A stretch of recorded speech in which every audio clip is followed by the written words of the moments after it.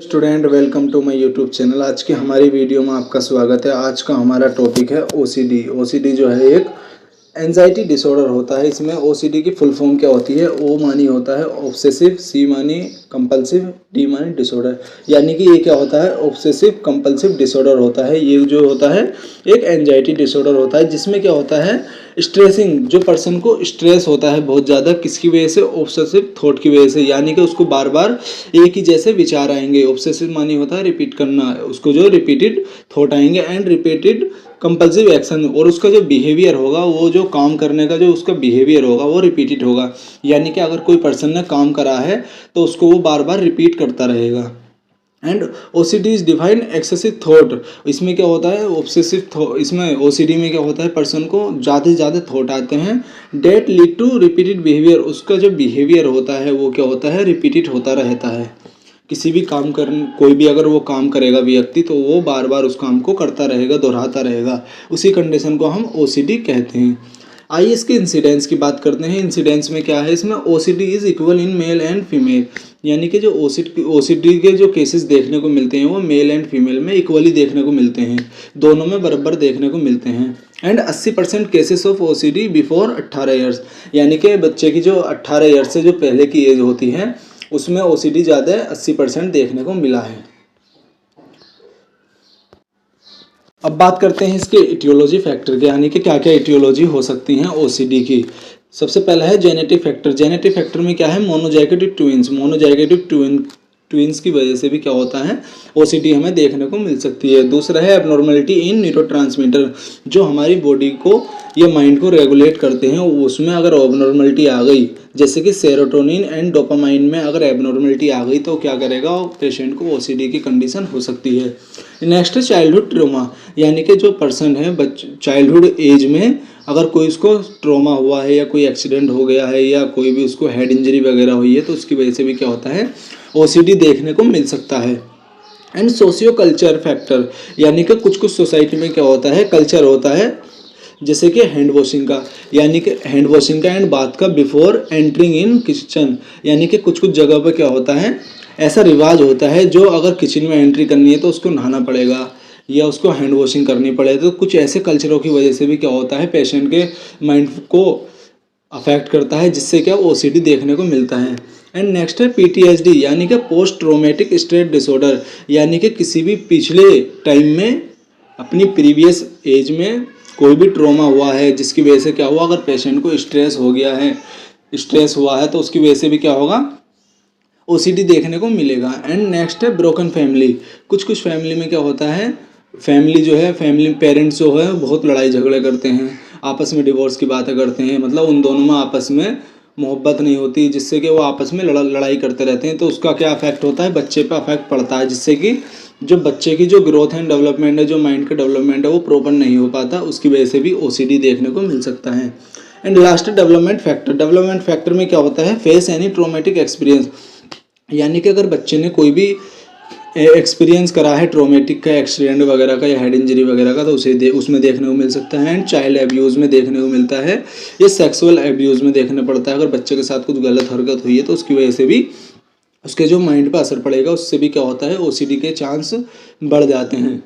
And इसकी अब बात करते हैं टाइप्स की, यानी कि ओसीडी जो होता है कितने टाइप का होता है? ओसीडी जो होता है 4 टाइप का होता है। सबसे पहला होता है चेकिंग, दूसरा होता है कंटामिनेटेड ओसीडी, तीसरा होता है होर्डिंग ओसीडी, चौथा होता है रूमिनेशन ओसीडी।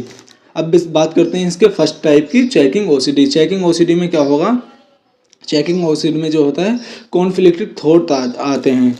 इसमें क्या होता है? पर्सन को कॉन्फ्लिक्टेड थॉट आएंगे and coming in A repeated mood. और इसमें क्या करेगा? पर्सन जो है रिपीटेड मूड रहेगा उसका। जैसे कि एग्जाम्पल में बताया गया है, चेकिंग है लॉक अगेन एंड अगेन। अगर पर्सन ने लॉक लगा दिया है अपने घर का, तो उसको बार बार चेक करता रहेगा। वो जाएगा बाहर, फिर चेक करेगा कि मैंने लॉक लगा दिया, तो ये बिहेवियर उसका बार बार वो करता रहेगा।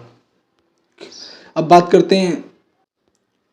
बात करते हैं दूसरे टाइप्स की, कंटामिनेटेड ओसीडी। कंटामिनेटेड का मतलब होता है गंदा, यानी कि ओसीडी इसमें क्या होता है? पर्सन को fear of germs and contaminated, यानी कि वो पर्सन को क्या रहेगा, डर रहेगा जर्म्स एंड कंटामिनेटेड को, यानी कि उसको डर रहेगा कि हाँ मेरे हाथ पे कोई जर्म्स वगैरह नहीं लगे या बॉडी पे कोई जर्म्स नहीं लगे, या मेरे बॉडी जो गंदा नहीं रहे, उसकी वजह से भी क्या है ओसीडी हो जाए। ये भी एक ओसीडी होता है जिसमें क्या होता है हैंड वॉशिंग।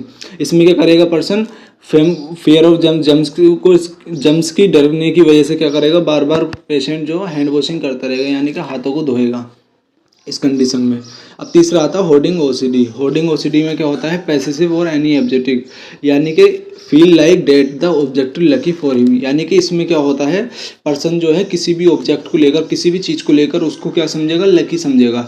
जैसे कि क्या होता है किसी पर्सन ने बाइक ली तो पर्सन क्या करेगा, उसको एक्सेसिव ज़्यादा ही कुछ अपने उसमें जीवन के लिए लकी समझेगा कि हाँ ये मेरी ज़िंदगी में आ गई तो इसकी वजह से ये हो गया, मतलब उसको बिल्कुल लकी समझेगा अपने लिए, इस टाइप्स में। एंड लास्ट आता है रूमिनेशन ओसीडी। इसमें क्या होता है फोकस ऑन एन अनवांटेड और अनडिजायरेबल। इसमें क्या होता है अनवांटेड यानी कि ना चाहते हुए भी, और अनडिजायरेबल यानी कि ना चाहते हुए भी उसकी चीज़ों के लिए क्या करेगा, taking tension not a big matter, यानी कि ना चाहते हुए भी किसी चीज़ के लिए वो क्या करेगा, टेंशन लेगा, जबकि वो कोई भी इतना बड़ा मैटर नहीं होगा, यानी कि छोटे छोटे मैटरों पे भी मैटर होगा या कोई बात होगी तो उस पर भी बहुत ज़्यादा वो टेंशन लेगा, स्ट्रेस लेगा। इसमें क्या होगा, रूमिनेशन ओसीडी होगा। अब बात करते हैं सीएम यानी कि क्लिनिकल मैनिफेस्टेशन। इसमें क्या क्या सिम्टम पेशेंट को देखने को मिलेंगे। सबसे पहला आता है ऑब्सेसिव थॉट, यानी कि उसको क्या होगा, रिपीटेड थॉट आएंगे, विचार आएंगे। दूसरा है ऑब्सेसिव इमेज, यानी कि इसमें क्या होगा पर्सन को बार बार रिपीटेड इमेज आएंगे, यानी कि अगर उसने कोई चीज़ देख ली तो उसके बार बार नज़रों के सामने उसको वही चीज़ देखने को मिलेगी। एंड ऑब्सेसिव डाउट, और उसको जो है रिपीटेड डाउट रहेंगे किसी भी चीज़ को लेकर। एंड नेक्स्ट है डिक्रीज कॉन्फिडेंस लेवल, और इसमें क्या होगा पर्सन को कॉन्फिडेंस लेवल जो है वो डिक्रीज हो जाएगा। एंड नेक्स्ट है doubting in one own memory, यानी कि अपने जो विचार पे है, इसको अपनी बुद्धि पे क्या होगा, उसे डाउट्स रहने लगेंगे। एंड नेक्स्ट है severe need to right thing and perfection. इसमें क्या होता है, उसमें सीवियर नीड रहती है पर्सन को, जिससे क्या होता है राइट थिंग एंड परफेक्शन, उसको जो भी चीज़ करनी है उसको परफेक्ट चाहिए बिल्कुल, मतलब एक भी चीज़ कोई भी चीज़ होगी तो उसको इसमें क्या करेगा पेशेंट, बिल्कुल उसे परफेक्ट चाहिए। अगर परफेक्ट नहीं होगी तो उसको बहुत प्रॉब्लम होगी। इसमें लिए ऐसे पर्सन को क्या होता है, हर चीज़ को परफेक्ट चाहिए इस पर्सन को। And next unwanted aggressive thought, यानी कि ना चाहते हुए भी वो गुस्सा करेगा अपने थॉटों पे।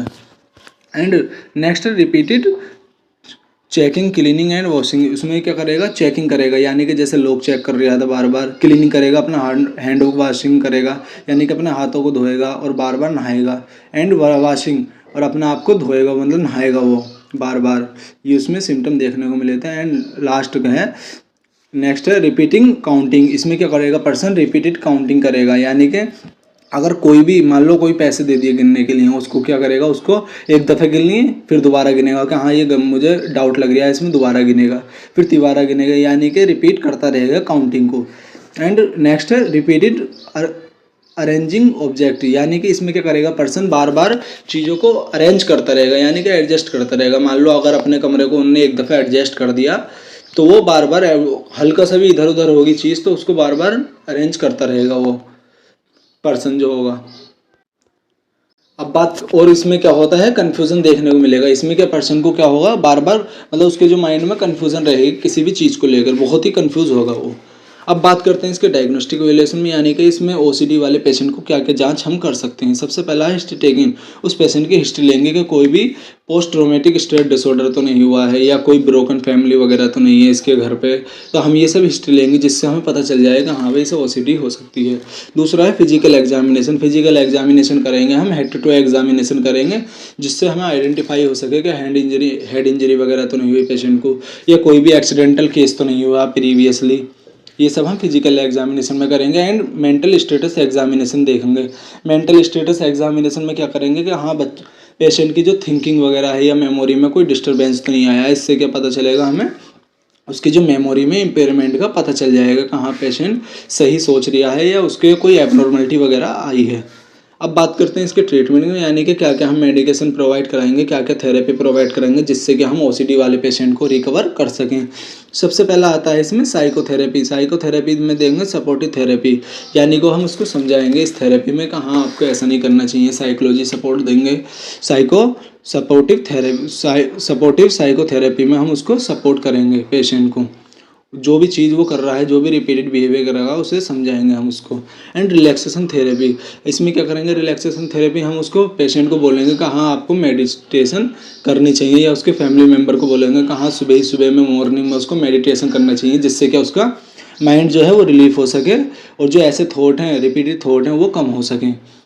एंड नेक्स्ट है बिहेवियर थेरेपी, यानी कि हम बिहेवियर थेरेपी में समझाएंगे जो भी वो रिपीटेड बिहेवियर कर रहा है उसके रिगार्डिंग हम समझाएंगे। जैसे कोई भी काम कर रहा है उसको रिपीट कर रहा है तो उसके बारे में हम समझाएंगे कि हाँ भाई आपको ये काम नहीं करना है, और उसके फैमिली मेम्बर को समझाएंगे कि हाँ भाई उसको टाइम टू टाइम उसको बिहेवियर थेरेपी देते रहना, उसको समझाते रहना है कि आपको ऐसे कोई भी वो नहीं कहा, मतलब कोई भी एक्शन ऐसा करना नहीं है जो बार बार रिपीट हो। एंड उसके बात आते हैं फार्माकोथेरेपी, यानी कि कुछ मेडिकेशन भी देंगे जिससे कि हम ओसीडी वाले पेशेंट को बचा सकें, रिकवर कर सकते हैं। सबसे पहला आता है इसमें एंटी एंजाइटी। एंटी एंजाइटी क्यों देंगे, क्योंकि ये जो है ओसीडी जो है एक एंटी एंजाइटी डिसऑर्डर होता है जिसको हम एंजाइटी को उसको रिलीव कर सकें, कम कर सकते हैं। सबसे पहले इसमें क्या देंगे, बेंजोडाइजेपाइन देंगे एंड एल्प्राजोलम देंगे। इससे क्या होता है, जो माइंड है उसका पेशेंट का रिलैक्स हो जाएगा इस एंजाइटी उस ड्रग से। एंड लास्ट है anti depressant drugs. Anti depressant drugs इसलिए देंगे अगर कोई पेशेंट को क्या हो रहा है, कोई डिप्रेशन वगैरह की कंडीशन हो रही है, कॉन्फिडेंस लो हो रही है, तो उसकी वजह से हम एंटी डिप्रेसेंट ड्रग्स देंगे जिससे कि वो डिप्रेशन वगैरह से पेशेंट बच सके। एंड लास्ट है anti psychotic drugs. Anti psychotic देंगे हम हेलोपेरिडोल और रेस्पेरिडोल। ये देंगे इसलिए क्योंकि जो साइकोसिस है, जो माइंड में एबनॉर्मलिटी आ गई है उसको नॉर्मल करने के लिए, यानी कि जो इम्पेयरमेंट आ गई उसकी मेमोरी में, थिंकिंग वगैरह में, परसेप्शन में, जो भी और जो रिपीटेड बिहेवियर कर रहा है उसको हम ये क्या करेगा, वो मेंटेन करके चलेगी। तो आई होप आपको हमारी वीडियो पसंद आई होगी। अगर आपको हमारी वीडियो अच्छी लगी तो लाइक करें एंड सब्सक्राइब करें चैनल को एंड शेयर करें। Thank you.